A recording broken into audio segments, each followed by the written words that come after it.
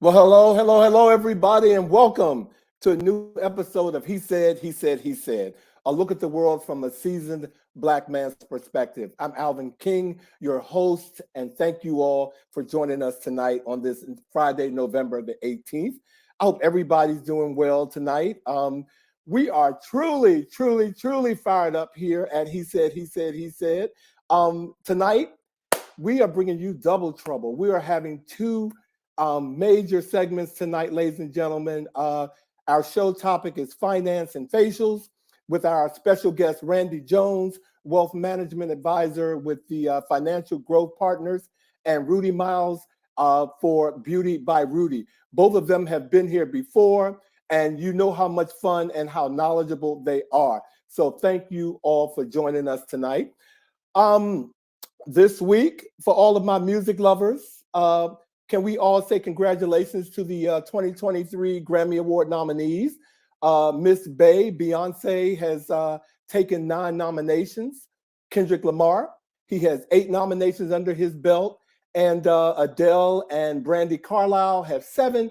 Harry Styles, Mary J. Blige, Future, and DJ Khaled and The Dream all have 6 nominations. I suggest that you all go to all the categories and see who's up against some of these people because it is really action packed. I think the show is going to be great. I know you all are listening to me right now. Yes, I have caught one of those colds from all the, transitioning of the weather. I'm doing much better this week, but I want to talk about something real quick, ladies and gentlemen. Yes, I do have a cold, and this is for all the COVID shamers out there. First of all, I need you all to understand that before COVID, there was the common cold, the flu, sinus infections, and allergies. And every time somebody says that they're not feeling well, please don't throw a COVID kit at them. That is just not the thing to do. Okay. And so I'm just saying, I understand, that you may be concerned about them, but you don't even know that you're COVID shaming sometimes. And I talked to a couple of people, who I know, and said, hey, look, I'm not feeling under the weather, you know, and they didn't even ask me how was I feeling before they were saying, did you have your mask on? Were you somewhere you didn't have your mask on? Then they got to go into that they've never had COVID and they haven't caught a cold in 20 years. I'm like, look, stop COVID shaming, ladies and gentlemen. It is just not cool. COVID is not the only thing that's out here. I'm feeling wonderful. I'm feeling fine. Of course, I'm here with you. So we're going to get on with this show and I can stop beating up on the COVID shaming right now. So, ladies and gentlemen, please welcome to the He Said stage my co-host, Mr. Bobby Edwards and Mr. Vash Bobby.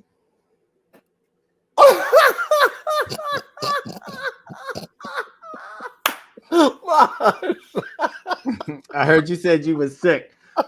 I ain't trying to play that. Wow. Oh, wow. You know what? Gotta love you. Bosh gets point. Because I am going to imagine that most people think that everything we do is pre-planned and so on, but I want you to know that was not part of it. So good job, Bosh. Good Lord. I applaud you for that, you smart person, you. Okay. Thank you so much. How are you guys doing tonight? Well, it's Friday. It's Friday, so. Yes, it is, and I got things to do. So, okay, wait a minute. There's some people I know. I saw Ask Alma. She said, "Hello." Was that Monica who just said hello to us who today? Who said that you're looking quite well? As a matter of fact. Thank you so much. Thank you, Alma and Monica. Thank you all for joining us. Blue, thank you for being here tonight. Let me see. What did he say? It's just the cold, allergies, and yeah. Thank you, Blue. Dr. Blue, thank you so much for that. Thank you. So you guys, look, we got double trouble tonight. We got, first of all, Randy is one of my fan favorites for being on the show because he's such a wealth of knowledge. And I know he has actually taken on some clients from our show. So he's here to talk about, how people should manage their finances throughout the rest of this year and how they can prepare for 2023. So I think, that's worth its weight in gold right there. Absolutely. Well, I have to say, if Randy has clients from the show that have money to invest, they could purchase some merch. Come on, Vash. Come on, Vash. Like I said last week, plant the seed. Plant the seed. That's actually known in the business as a shameless plug. Plant it.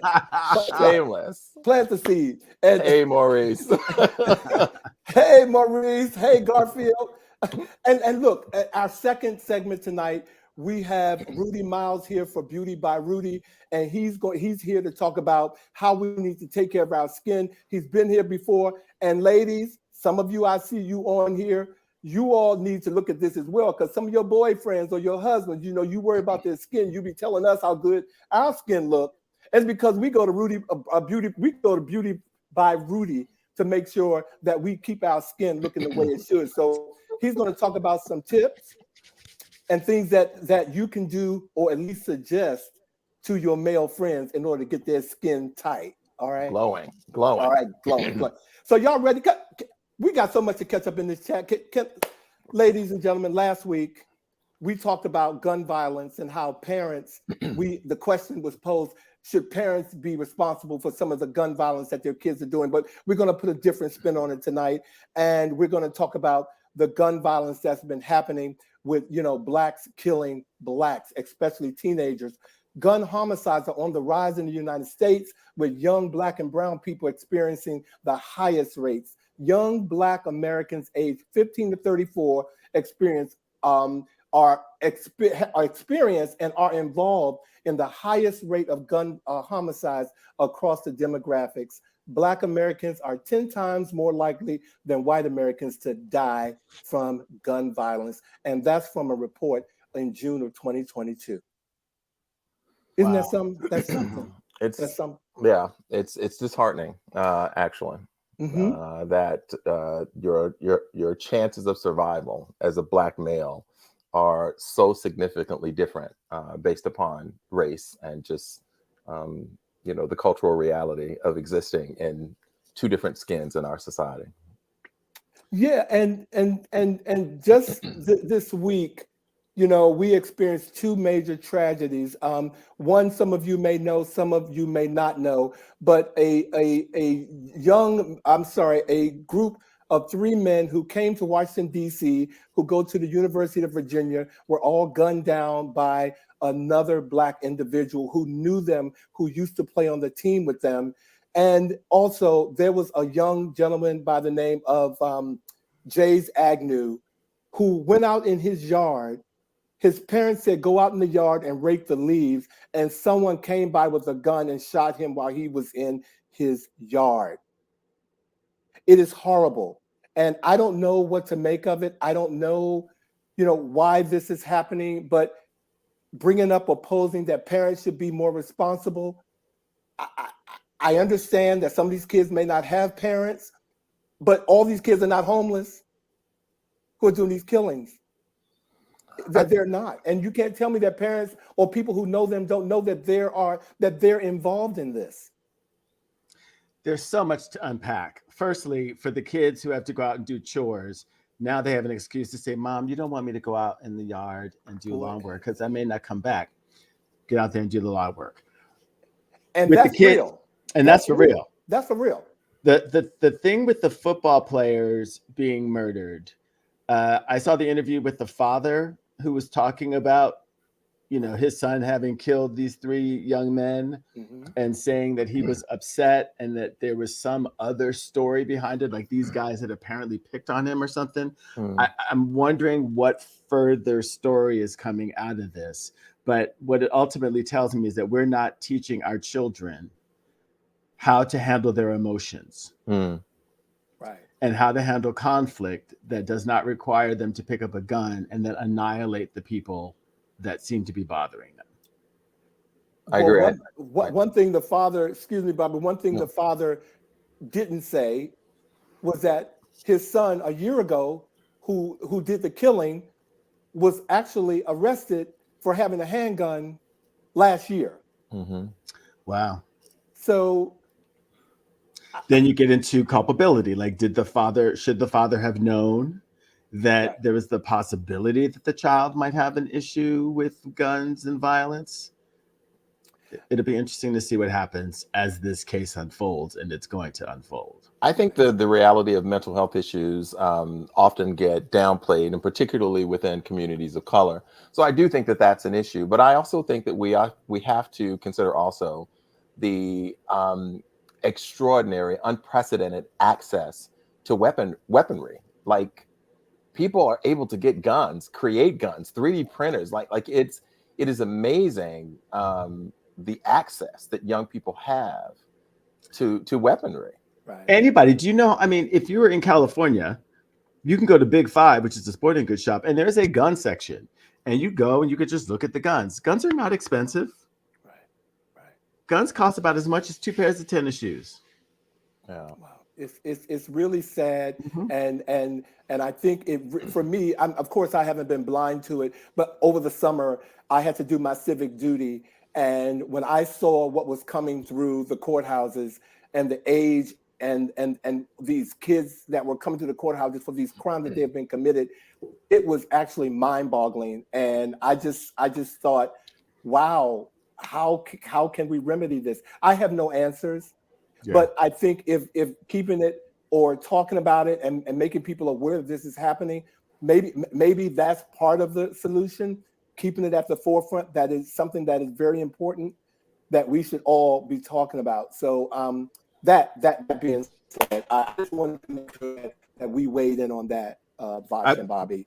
And Well, I can't wait to see know, how it unfolds. I really do look forward Yeah. to see how it unfolds. And until it does, I want to talk about that noose. Did you guys hear the story last week about the noose being found at the Unfortunately. construction site Yes, for unfortunately. I mean, there's not been an update that I've seen in the papers about what has happened. But I did hear that, people are saying that there was no one who really had access to that except for an employee.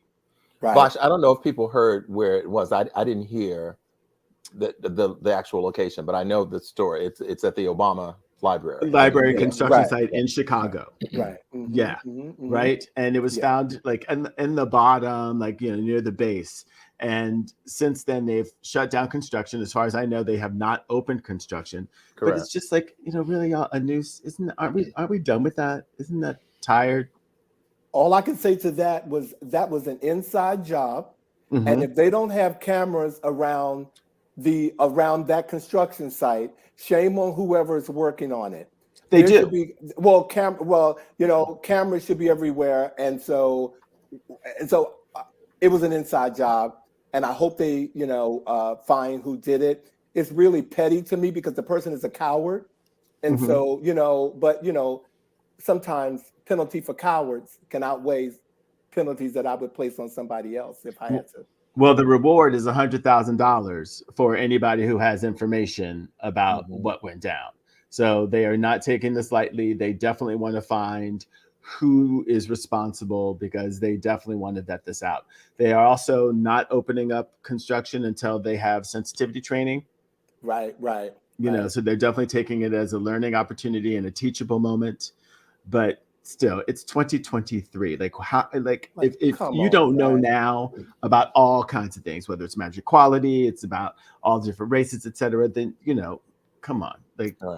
Come on, just it's go time ahead to and bring get in over it. Sparta. Okay, sometimes Absolutely. you just want to say next. Okay. Well, Next. and obviously our viewers will have some reflections and comments on this as well. But I think it just reminds us that, as Vash was saying, we're vastly approaching 2023, and yet the ugly, deeply entrenched history of racism in America still exists, still rears its ugly head. And in a blink of an eye, this is the what we refer to often as the black tax. Here is the first black president in the history of our nation. This library is being built. I don't remember ever hearing any type of racial messaging being sent to any of the previous presidents when their libraries are being built. But here's this building being built, and a noose shows up. It is It is that reminder when people go, well, aren't we beyond race? You know, now that we've had a black president, haven't we moved beyond this? It's not an issue unless you talk about it. But yet, here we are, got to talk about it because it's happening. Well, and truth be told, we've only had one black president. So why would, you know what I'm saying? So, you know, so it's happening. So anyway, you know, yeah. So but I want to take us in a slightly different direction. Okay. I know that everyone has been hearing about the extraordinary box office presence of Wakanda Forever. And it continues to just break records. It is ruling in its second weekend right now. I'm reading here that the overall box office last weekend in American movie theaters was $209 million, 87% coming from Black Panther, Wakanda's Forever. $181 million of the $209 million was attributed to Wakanda Forever. And I am very happy to say that I had the extraordinary opportunity this week to attend a private viewing at the National Museum for the African American History and Culture here in Washington, D.C. And they had invited folks to wear white, and so I went in or African attire, and I just happened to have some white and some African attire, so I kind of combined it and just happened to have it. But I will say, it was a very special experience to watch that film in that space, because those of you who know me know that museum is sacred space to me. Like I believe that you cannot have that many artifacts of anybody's one heritage and the spirits and ancestors not be a part of that space. And so to see that film that highlighted Black excellence at the highest level in a place that really spoke to Black excellence at the highest level, as well as our hardships and so forth, was very special. Very special. Well, thank you for sharing your photographs with us, Bobby. My pleasure. For those of us who didn't get an invite with you, it was good to see that, and I'm glad that you showed our viewers that he went out without us, ladies and gentlemen. So thank you so much for that. Thank you. Norma, do we have any pictures of Alvin in Puerto Vallarta? Because if we should pull them up, I don't think Vash or I would be there. I don't think we have any for this show. Okay, we can go on to the next question, please. Okay, then. Okay, right. Can we do that? We're not going to talk about coming to Philadelphia to a party and not inviting me. Whoa! I ain't going to go back that far into the archives. So, Alvin, if you're going to throw it out there, just be prepared. You got two co-hosts that are not ready or fearful to throw it right back. So I'm going to take this moment to address Mr. Maurice Scott's question. These are, he said mugs. And if you'd like to have one, you can have one too, Maurice. I am drinking lemon tea, Maurice. I just want Maurice to know that I saw his question and I just wanted to respond. Thank you, his Maurice. Question was also, what is I'm drinking old grape juice. Okay. Go ahead. How old, Vash? Fermented old? Go ahead. And let the record state, what am I drinking, folks? Wakanda water. Yeah. Right. Wakanda Forever. All right. It's laced with vibranium or whatever it's called. All right. So look, speaking of fertile waters, let's talk about Nick Are we Cannon. speaking of fertile water? Nick Cannon. Yes, we are. We're talking about Cannon Forever, because he is creating a lineage. He's creating a generation of people that are going to have to ask each other, am I related to you before they date anybody? Exactly. They're going to have their own Wakanda. Okay. Exactly. Like, he is having children at the same time he is having children. Now that's impressive. Yes. I mean, isn't that remarkable? It is absolutely remarkable. Last week or the week before, we heard that he was having baby number 11. And then the day after, we found out he was having baby number 12. Yeah. But does he not know what's causing them? Oh, he knows. I mean, well, knowing what's causing babies and liking doing what's causing babies is very, very different. And what is up with these women? Like, don't they? Is he just a money ticket? Like, I just don't understand it. I want to talk to them. Something is not right on both sides. You know what I'm saying? And it can't all be about money. And if it is about money, Is it about legacy? And maybe I'm sure we can talk to Randy tonight about legacy, because something is having Nick Cannon do this, and I can't even put my finger on it. But then to be so public about, I'm having another child with this other baby mama. The messaging there is not grabbing me. Okay, as a man, because we are men, we are not men who look to impregnate. So that desire to like spread our seed in that way, I don't think is really a part of who we are. Okay. But I want to know, is that a driving factor with him? Because you just prefaced it the way you prefaced it, I'm going to say, I don't know, Vash. I'm going to step back. I'm going to leave that one alone. I don't know. I don't know. Maybe we need to, next, in a couple of weeks, we're going to have Ask Alma on the show. And so Ask Alma, in a couple of weeks, we're going to have her on the show, the columnist on NNPA, and she can talk to us about what Nick Cannon is doing and give us a whole different perspective. See, she just said it's sad and pathetic. Okay, so we'll talk to you when you come on the show, Alma, and we're going to move on to our next topic before we bring on our special guest tonight. Yeah. Okay. I'm going to get to it, but I just want to say something very quickly about that. Like, I wonder, certainly from my perspective as an educator, I really wonder how much thought is being given to the experience of these children who are all connected by this one man and all these different families. Kids can be very... for lack of better term, they can just be mean to one another. And, I think about what children often go through just with a blended family of like 3 or 4 parents. Like, so to have all of these children who are stepchildren connected via their father and all these different, I don't, sometimes I see celebrities do things and I ask myself, are they thinking about the impact on their children? Right. Well, David said, I think he is spreading his seed because he almost died when he was hospitalized. So maybe there is this sense of trying to have some amount of immortality, right, through his children. And then Garfield said that he actually said that each pregnancy is planned and intentional. Wow. Well, I'm sure he got in the bed. Okay. So can we move on, because we need to move on. We have our guests that are coming on. Okay. Yes. All right. Yes. But before we move on, I wanted to, when I went to see Wakanda, one of the things that I spoke about was honoring my fellow Bison brother, Chadwick Boseman, by wearing my Howard University alumni pin.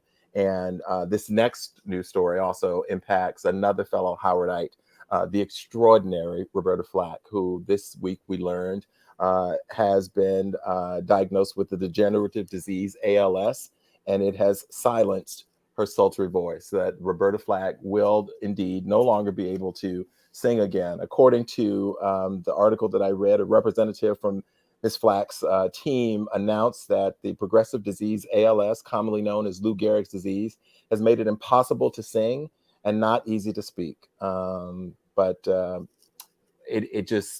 it was very sad news to hear, because I know that all of us can think of Roberta Flack's song, either solo or duet, that brings back fond memories as a part of our life. She was an extraordinary recording artist. Her voice, thank God, she's left a legacy of music and enough to impact our lifetime. But I just also wanted to say very quickly, speaking of her Howard experience, Roberta Flack, for those of you who didn't know, she entered Howard at the age of 15. She graduated by the time she was 19. Wow. She was an extraordinary talent that was recognized. She's a member of Delta Sigma Theta, for those Deltas who might be listening today. But again, we all have our favorite. I certainly think of The Closer I Get to You, Back Together Again, some of those duets that she did with Donny Hathaway and Peabo Bryson and so forth. You guys have a favorite Roberta Flack song? Oh, mine is Don't Make Me Wait Too Long. And if for those of you, you have to be a huge Roberta Flack fan to know that song. So if I challenge everybody to go to YouTube and find Don't Make Me Wait Too Long by Roberta Flack, you'll be glad you did. That's mine. Vash? I'm not sure the name of it, but is it That's the Time? Or I feel like making love. Yeah, Feel like yeah, making love. yeah, Feel like yeah, making love. yeah. Yeah. Well, I like that. I think the closer I get to you is the one from there. Well, thank you for paying homage to Roberta Flack. We do wish her well. We send up lots of prayers to her. Thank you, Bobby, for paying homage to Roberta Absolutely. and giving her the respect that she deserves. Well, ladies and gentlemen, we're going to move on with our next segment of the show and bring on one of our two special guests tonight. He has been here before. He is the Wealth Management Advisor for Financial Growth Partners. Ladies and gentlemen, please put your hands together. You can put your hands together, scream, or do whatever you need to do. Okay. But let's bring to the He Said stage Mr. Randy Jones. Hey, Randy. Hey, Good Randy. evening, gentlemen. How are you? Fine. How you doing, Randy? I'm doing great. I'm doing fabulous. Thanks for having me again. Oh, you're welcome. Welcome back to season, what is this, 3, 4, Voss? I don't know. Season 2. Season 2. Welcome back to season 2. But I think this is like maybe the 4th time you've been with us, Randy. Yeah. Hey, it's a lot of fun being with y'all. I mean, backstage, during the show, everything. I always enjoy it. So thanks for inviting me again. Right on. Well, thank you, Randy. Do me a favor for those who are just meeting you for the first time, Randy. Take about 60, 90 seconds to tell them about yourself and your role as a wealth management advisor, please. So I guess for close now to the last 30 years, I've helped a number of people do different things, from buying homes, building retirements. I used to run and own a mortgage company. I do more than maybe 110, 115 presentations for nonprofit and for-profit organizations. I'm one of the educators for the SBA, one of the financial educators for the MBDA, the Minority Business Development Association out of Baltimore. And I have an advisory practice out of Northern Virginia, where I have about 11 advisor partners who help me do financial planning for individuals and business owners. My experience is that more people have money more as an obstacle than they do as an asset. And what I do is show them how to use that tool to do the things that they want to do in their life. Money isn't everything. And on our last days, we're not talking about our money. So we really talk about the real important assets in their life. And I just help people tell their stories and make their dreams come true. Hallelujah. Come on now. Pass that plate one more time. Pass that plate. Randy's in the house, y'all. Okay. Y'all better get y'all notepads. Okay. I'm telling y'all. Hey, Please. turning dreams into reality. That's what he's talking about. Come on now. Come on. Yes, absolutely. So, Randy, I have a question for you. So, right now, we are in a place where we're not certain what's going on with inflation. We don't know what's going to be going on with an economy and jobs. I mean, just looking at the technology industry, Right. Facebook's laying off people. Elon Musk is just creating a tornado. I mean, like all over the place. Amazon's laying people off. We don't know what's going on with the economy. What kinds of tips are you giving your clients to deal with these current times and then to prepare for the future? Well, I think a lot of people come and ask me, my predictions or, my thoughts about where is the economy going to go, or, where should they put their money, or some financial decisions. I said, what we really need to do is focus on the things that we can control. If I knew what was going to happen in the market, I probably would have never been on this show. They would have put me in a vault and just give me a phone just to answer questions. So I tell people, stop worrying about the things that we can't control. Worry about the things that you can control. Your dreams, your mind. They say a man is as he thinketh. So think about the things that you want to do. With the uncertainty that's happening in the economy right now, have a conversation with your family. People would often come to me and say, we never talked about money. And I say, okay, now let's start talking about money. Sit your kids down and say, here's the reality. We don't just spend just because we see it on Instagram, TikTok, or whatever is famous out there right now. We have a responsibility. And here's how we take control of our money so that we can really use it to ourselves. So I tell people, focus on what you can control. So I know when I was growing up, there was a difference. Whenever I would ask for something, my dad would always say, do you want it or do you need it? Yeah. Right. I mean, a need, they were taken care of. If it was something that I wanted, there was a very different conversation to that. Right. So that's called good parenting. Is that what it is? I mean, I guess because it completely taught me the difference between wanting and needing, like the difference between style and fashion. So having those conversations, I guess, are very, very important. Yeah. I mean, I think we talk about we're in a what's in it for me or what's in it for me right now society, because that's what's perpetuated out there. I often tell people, When I was a combat medic in the military, my instructor told us one time, medicine wasn't designed to heal us, it's designed to sustain us. And a lot of the information out here about finance is not designed to create financial freedom, just financial maintenance, just enough to keep us going. And so people need to start to think different, because I say the difference between wealthy people and everyday people is not their money, it's just the way that they think about their money. So having those conversations about wants and needs, and really saying, all right, let's really prioritize what we really need in our life. And then we can also sprinkle in some wants. Randy, you talk about the notion of what people think. It's the difference being what they think. Yeah. Well, the retailers right now are certainly trying to make us think that we don't know what our calendars are saying to us. Because when I was growing up, Black Friday was the Friday after Thanksgiving. Right. I don't know if you've been watching the same commercials that I have, but there are Black Friday sales going on now. Like there were Black Friday sales in July. Right? So I was thinking that I was on sale. so the retail business obviously is trying to stimulate spending, and so they're telling people about all these sales. And this is a time of the year, obviously, when gift giving is there. Can you give us what advice do you give to people who could potentially be suckered into this? I mean, is it important to possibly consider accounts that you start long ahead, so you're not, digging for this money all of a sudden? I mean, what do you tell people at this time of the year when the temptation to spend is really even being brought on more so by advertisers and the assumption of a sale, of what is a real sale at this point? You know what I tell people? I mean, I created a banking system about 7.5 years. And one part of the banking system, I call it the annual bill. And it's like the bills that you don't pay on a monthly basis.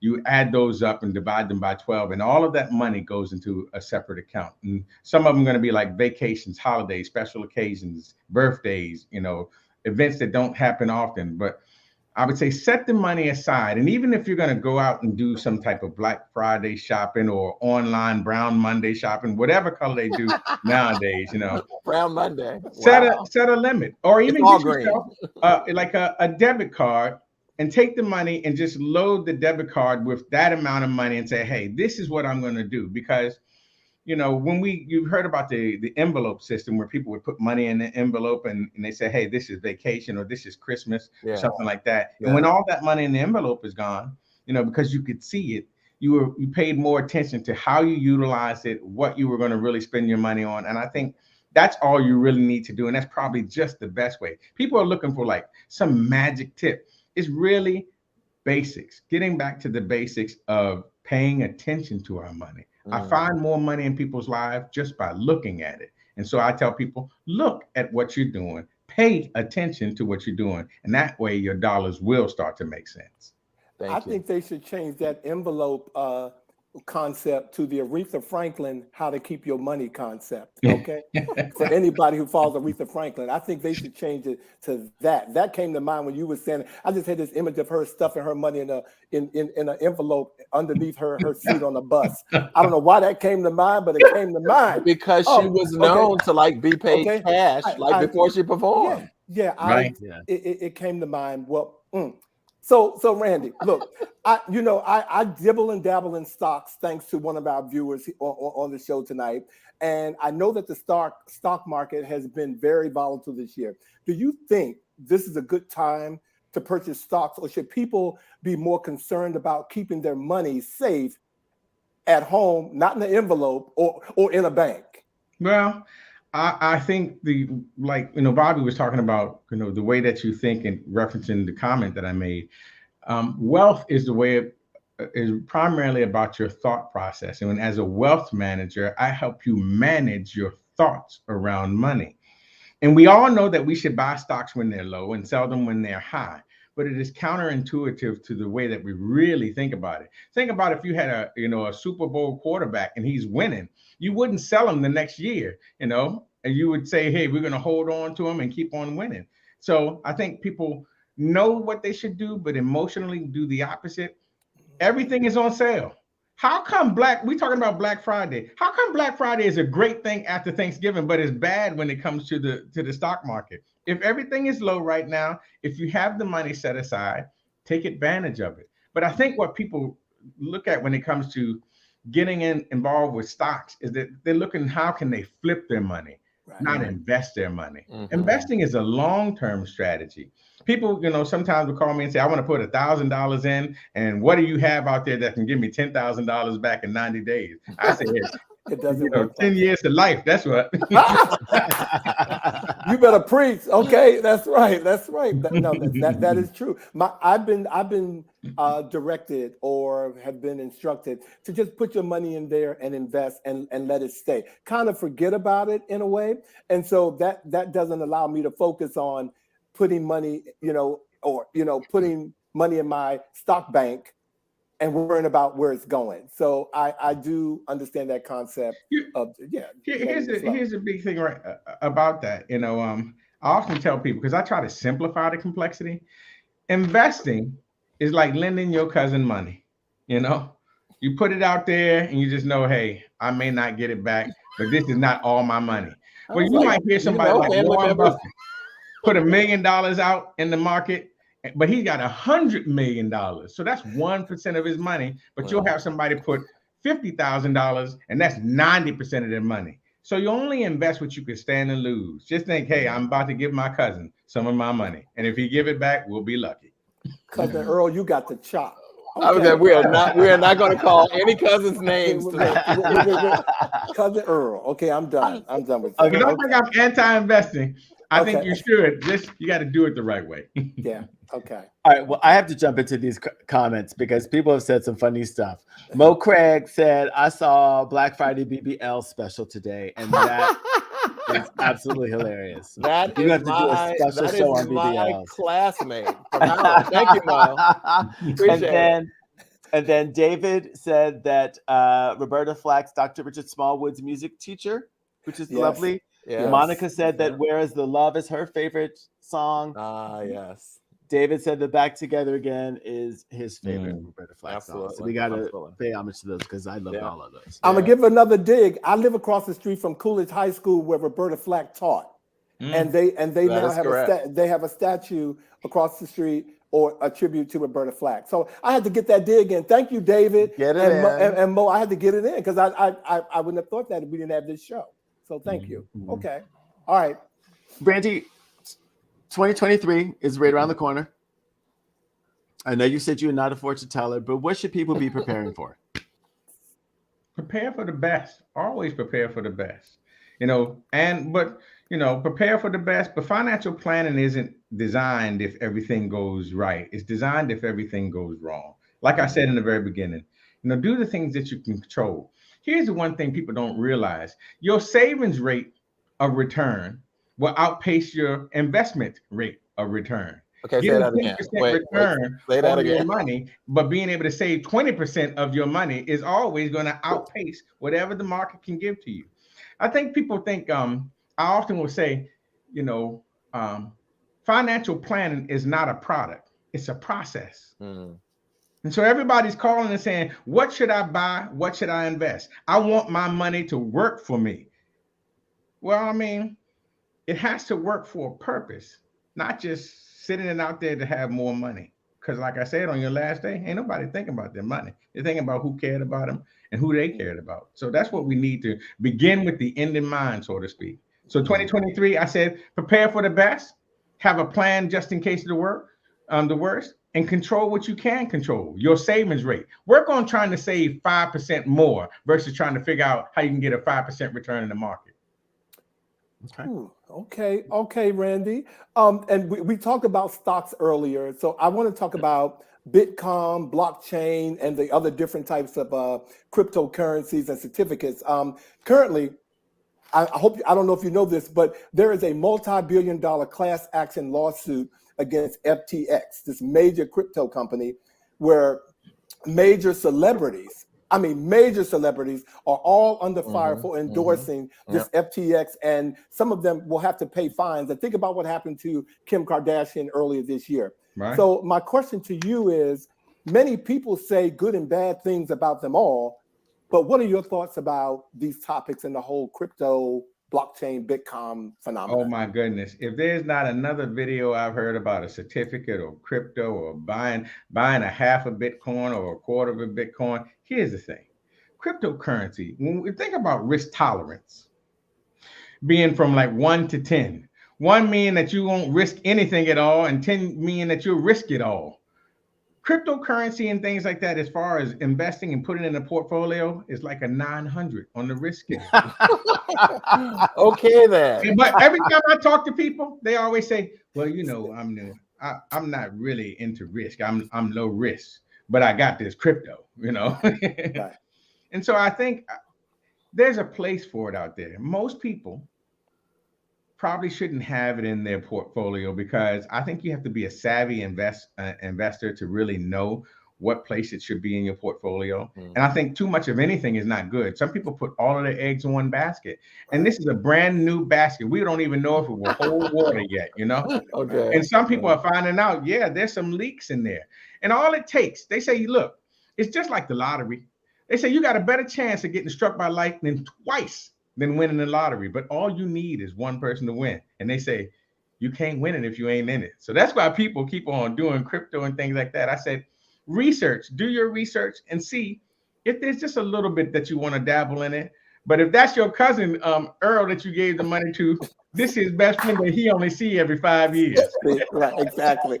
Oh my God. Well, I'm not even going to, and this true story. I hope my neighbor doesn't see this, but you know, we all got a neighbor in our yard, in our neighborhood, that just don't do the right thing. And I got this one neighbor. Every time I take my trash out, she want to talk to me about buying cryptocurrency, and I'm like this. Well, if you're making that kind of money, clean up your backyard. But see, I don't. You know, I digressed a bit. Yes. I'm just saying, clearly, it is not what it's cracked up to be. And so, thank you, Randy, for sharing your opinion. Oh my God. Okay, so I would like to ask a question about the whole notion of generational wealth. Obviously, you know, it's for most people, I believe, at least I've been taught, that generational wealth is often rooted in real estate, home ownership, that kind of thing. What is the likelihood in unstable economic times and a housing market that is just unexplainable? And to me, the fact that, you know, homes that once went for a couple of $100,000 in neighborhoods are now over $1 million all over the place. How does one generate generational wealth now? Outstanding. I mean, I hear it all the time. It's like the tagline, the latest tagline the last few years. I'd like to leave a legacy. I'd like to create generational wealth. You know, I'd like to have what the haves have and the have-nots don't have type thing. Here's the thing. Somewhere in the Bible it says, I go before you to prepare a place. And the thing is that we have an obligation to create a pathway for people to follow. Generational wealth, like financial planning, if financial planning is a process, generational wealth is a system that manages the process. Think about all of the careers that everybody has. If you had your kids take over your company or your job, they would have to intern in your job.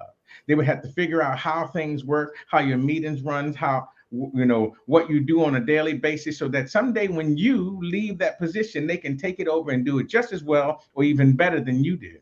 What I think a lot of people are doing are buying things like, you know, real estate or investments or so and saying, hey, I'm going to pass this on to my kids. Think about this.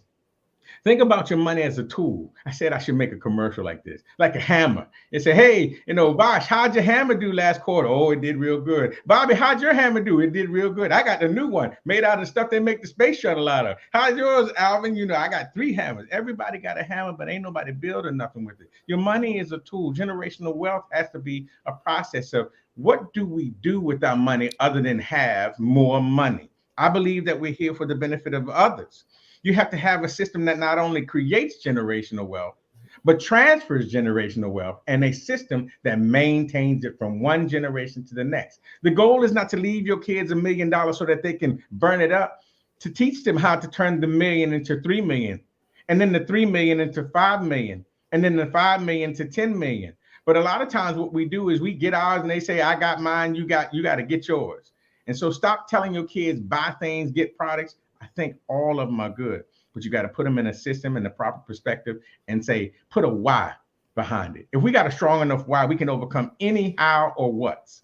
And that's the beginning of creating generational wealth. Having a conversation about what does money mean in our family? What does it allow us to do? Outside of money, the one thing that we need in our life is time. But most people are spending 95% of their time focused on their money. How do we create more time so that we can really live a life worth living? That's generational wealth.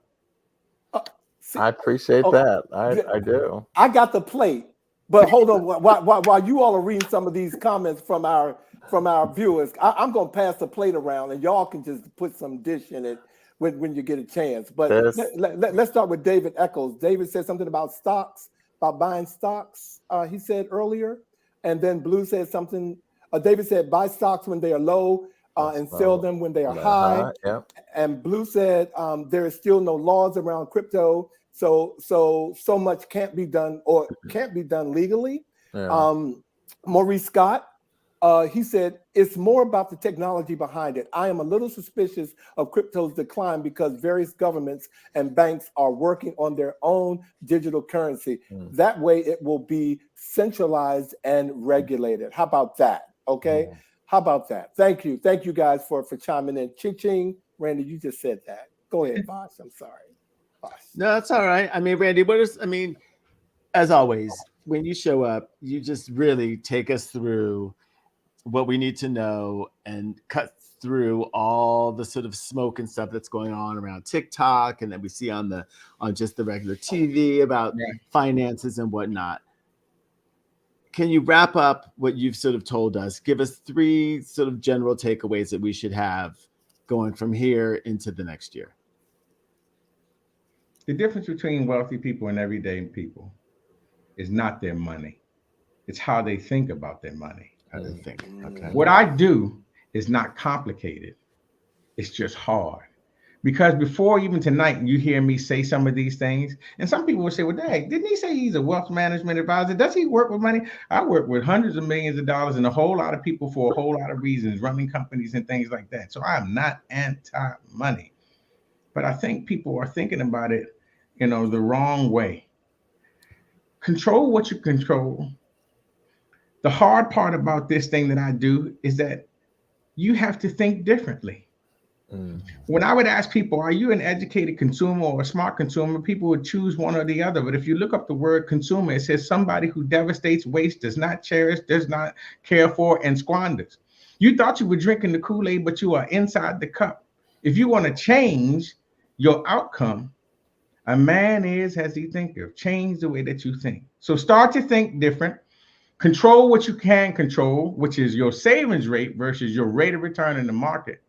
And only invest what you can stand to lose. And most likely you'll be able to keep it and your money will start to work for you. Right on. Thank you. Right on. Thank you.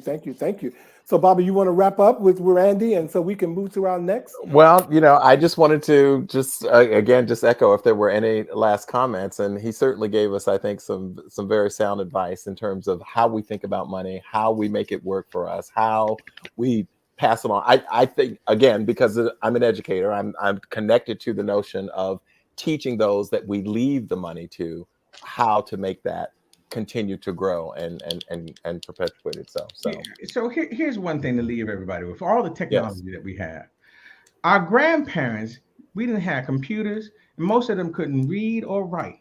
But your great grandmother always had money somewhere. So how could she do it then when we probably make 10 or 20 times as much as they did today? It is not about the systems and processes or tools and things like that. It starts off with just a purpose.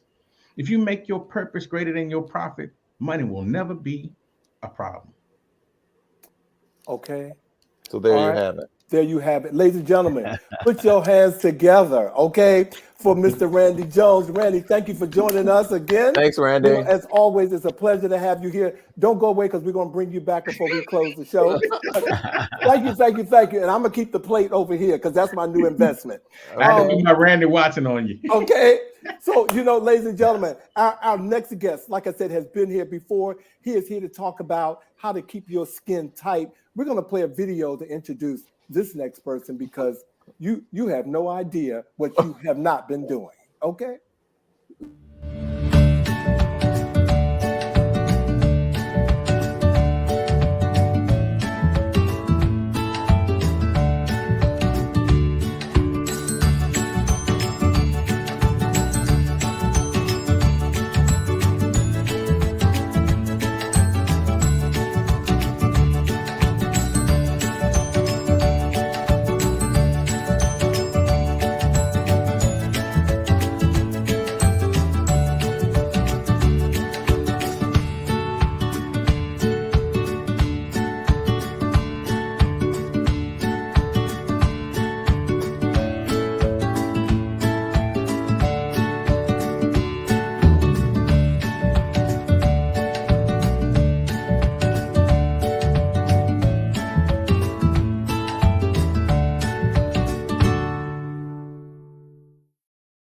Ladies and gentlemen, put your hands together for our next guest, Rudy Miles, Beauty by Rudy. Hey, hello. Baby, if I clean my face like that every night. Energy. Baby. Energy. You know what? I should look like I'm 12, okay? How you doing, Rudy? I didn't see any self-esteem issues there. That was I love myself. Love going on there. Listen, I am well, and I am full of gratitude and very grateful to be here. So good evening. Well, baby, your smile can light up the world. So we're going to get on with this interview. Rudy, thank you again for coming back to join us. Can you take a quick minute to just tell us about yourself and what you're doing, Rudy, before we go into the question? Oh, absolutely. Hello, everyone. I am Rudy Miles. As a makeup artist, I am Beauty by Rudy. I do bridal work, fashion week, product development. I'm a licensed esthetician as well. So a lot of skincare, product development, and services. I live in New York. And actually, I just came from a photo shoot, rushing home to come see you now. And that's what I do. So much of my background started in retail. So the way I partner with many brands that I work with is typically trying to entice the consumer to use the product in a very approachable way. But of course, companies are trying to make money. So it's also about the sale. But my strong suit really is the consumer side. Well, thank you. Wow. Thank you, Rudy. Thank you. Yeah. And I'm just telling you that I love listening to you and I trust you because as someone who is 80 years old, you look fantastic. So, oh my God. Wow. 81. I'm sorry. 81. 22. It's 22. Look at that skin. 81. Good Lord. Gosh, I cannot. I'm so kidding. Rudy's not 82 years old. But Rudy, what are some skincare essentials that we need to know about right now? Okay, so this is where it gets so tricky and complicated because your skin, if you did nothing to it, would do what it naturally does. It's the largest organ. We always hear this, the largest organ of the body. But the purpose of skincare is kind of twofold. I mean, if it can't be preventative, some things you don't want your skin to show, signs of aging, fine lines and wrinkles, breakout. But skincare can also be proactive. It can help your skin to do some of its natural functions. The number one thing I'm always telling everyone is you have to wash your face. And when I say wash, some people will, I can use bars. Can I just use anything? Many estheticians will say, well, basically you can, because it's really about what you follow up with. But I have clients who only wash their face. So if you're only going to wash your face and not hydrate or do toner, you can't wash with bar soap or just anything. Your cleanser has to be doing more bang for its buck. So it should be hydrating and not stripping. So a great cleanser is number one. Moisturizing is essential. You have to moisturize your skin. Our skin is naturally made of oil and water, the barrier. So it needs a combination of both for it to be balanced. And your moisturizer may not be the same one you use all year round because the change of weather changes your skin. Now, in between, if you want, brightening, or you want fine lines addressed, or you want plumper skin, you are going to need a serum. So when you look at skincare lines and there's 90 products, the more bang for your buck is going to be from the product that is the serum. It's the most concentrated product in almost any line. And it's the one that's going to give you the deliverables that you really want to see. And the reason I said this gets complicated is because for some people that's too much. It's like wash my face and then tone and then put on a serum and then put on eye cream and then lip balm. But it's only too much if the results you're trying to get aren't important to you. So last week I had a client who was like, I don't do anything for my skin. And I said, well, do you want something different, some different results? He's like, no, I'm good. Then you're good. Don't do anything. Just keep doing what you're doing because he has no concerns about his skin. But if you have be coming to you 5 years from now saying, I wish my skin looked different. I think, listen, everyone should do something. Just find what that thing is for you. And make it work. Right. Okay. All right. I do have to take a moment and talk to Maurice because Maurice is saying, sorry, I am being really gay right now, but I love the Erte hanging on the wall. Rudy, can you take a moment and talk about wait, this? Yeah, I guess. Maurice actually, you know what? I'm sure from where you are, it looks like an Erte. It's actually Josephine Baker. That's what I thought it was. I thought it was Josephine, but maybe in an Erte style. But Maurice, Maurice. Maurice, you can never be too gay here with us. Oh my God. Bring it on. Bring it on. Maurice. Oh my gosh. I'm so glad that Maurice says about it because he's talking about skin and I'm listening to him about the skin, but I'm like, is that Josephine Baker on the wall? Oh my gosh. Focus. I'm sorry. Focus. I'm sorry. I think I got that same print over in Paris. So I want to ask a question because you were talking about, the stripping and things like that. I have seen people really do some damage to their skin through the process of exfoliating. Like people who have actually literally like bruised their skin by trying to exfoliate. And so can you talk to us about what exfoliating actually does? Obviously, I know that I've learned that, skin peels, we have dead skin and we need to get that off. But people will bruise their skin sometimes not knowing what to do. So can you talk to us about exfoliating and the right way to do it? Okay, everyone should exfoliate, believe it or not. Like sensitive skin, if you have rosacea, but the exfoliation techniques and products are not the same for everyone. Mm-hmm. So you can exfoliate with a baby terry washcloth, dry, and just do dry brushing on your face to exfoliate. That's like the easiest, most gentle thing. But keep it in mind when you're using something that has like the little beads or granules, the product does the work, not your hands. So if you're rubbing harder, that doesn't make the product work more. It's already going to work by its own formulation because the jojoba beads or jojoba esters some people use, not as much anymore, but sometimes it's like walnut shells or more abrasive ingredients. Apricot, and those are kind of not as prominent in the industry right now because they are very aggressive on the skin because people are equally aggressive with their hands. Obviously, that's what I've seen people. No, it is, and also, but the other part is people also exfoliate too often. Exfoliation, you're not supposed to do. Almost no one needs exfoliation daily. A couple of times a week is fine, unless you have some very specific, like. Here in New York, we're in drier weather and drier weather outside and indoor heat that's drying for the skin as well. Mm-hmm. You may feel yourself becoming drier. You may exfoliate maybe an extra day for that reason. But that's physical exfoliation. That's when you're taking your product and it's something you can feel on your skin. But there's also great products on the market that I'm more of a fan of, which are chemical exfoliations, and those are like serums. It's like alpha hydroxys that you put on the skin, you leave it on, and so it's working on your skin throughout the day to help it with the cell turnover. It's also good for anyone with discoloration that you want brighter skin. Vitamin C has exfoliating qualities as well. So I tend to lean towards those because those can be used daily and they give you much more long-term results. So exfoliation is key, but there's also the dry brush you can use. There's so many ways you can exfoliate gently and effectively. Let me, first of all, thank you, viewers, for staying with us. Chiming in.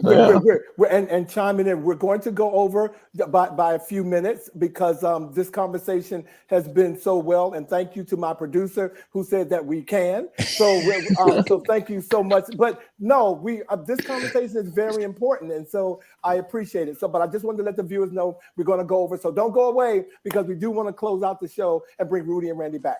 So, Rudy, thank you for that. My question is about serum. I know what serum is because I felt like I had to go to a school to figure it out because I just could not figure out what the importance of serum was. So can you tell us what is serum and why should people use it and when do they have to apply it? Perfection. So in skincare lines, and you could really say this as a blanket statement about all skincare lines. They're typically going to have a cleanser. Then they may call some of their other products like targeted results or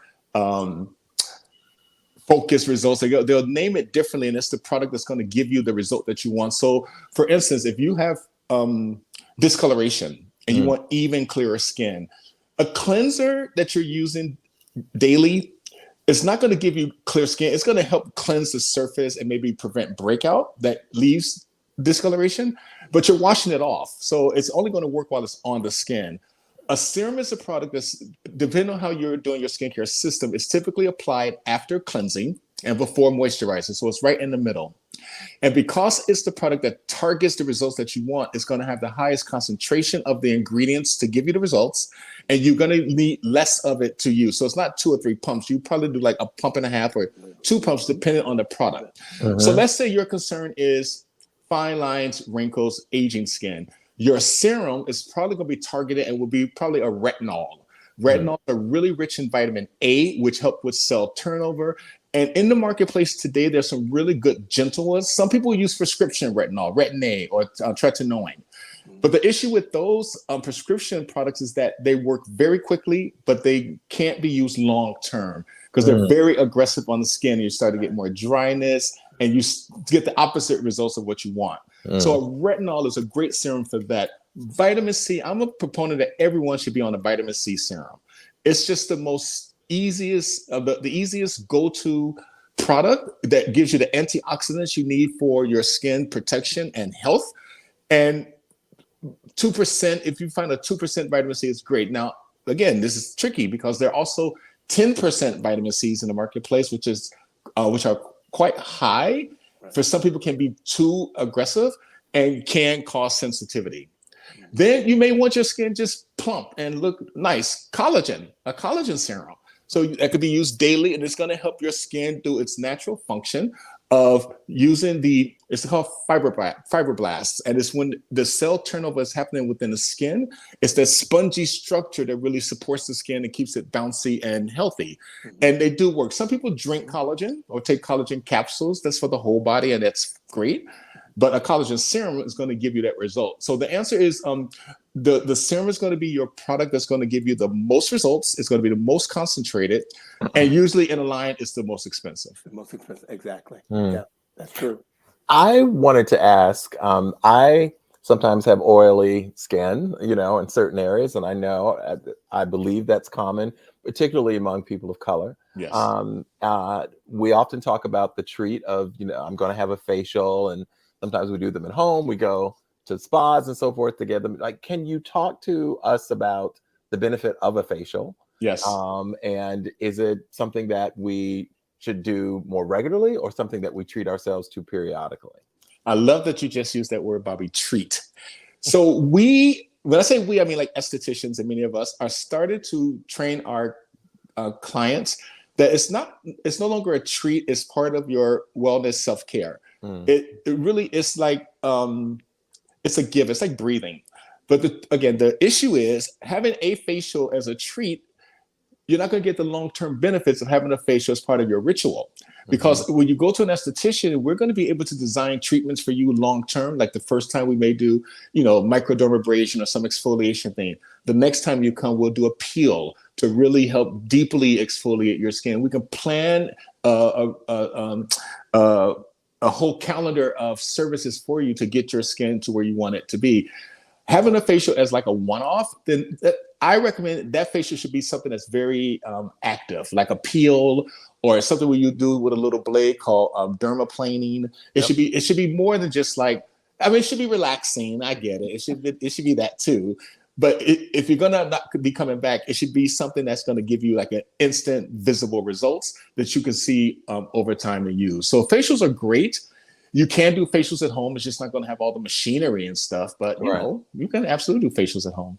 Okay, thank you. Okay. Well, All I right. want to point out that you've been with us before.